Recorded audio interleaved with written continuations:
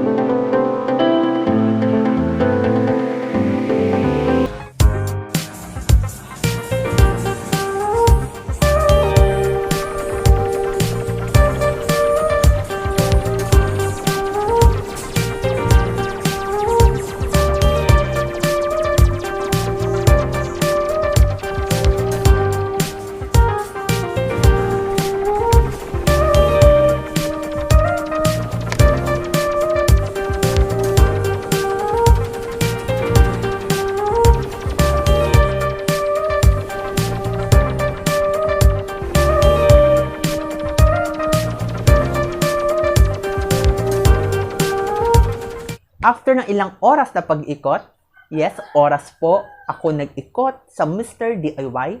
Ito na yung mga napamili ko.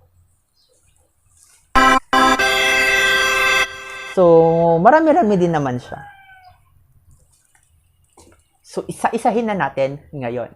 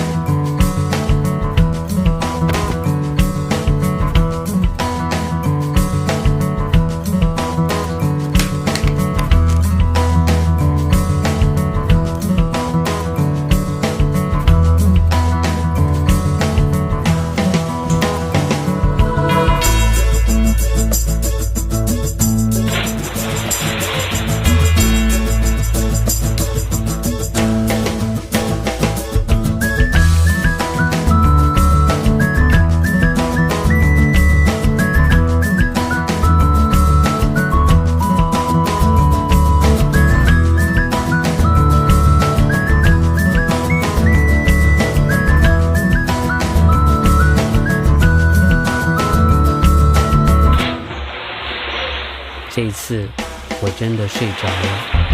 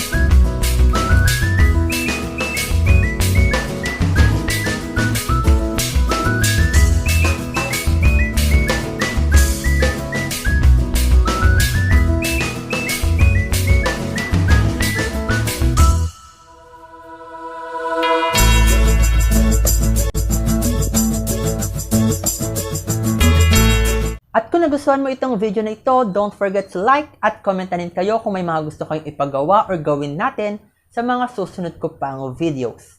At subscribe na rin kayo dahil hindi pa natatapos ang ating makeover. Meron pa tayong 5,000 pesos.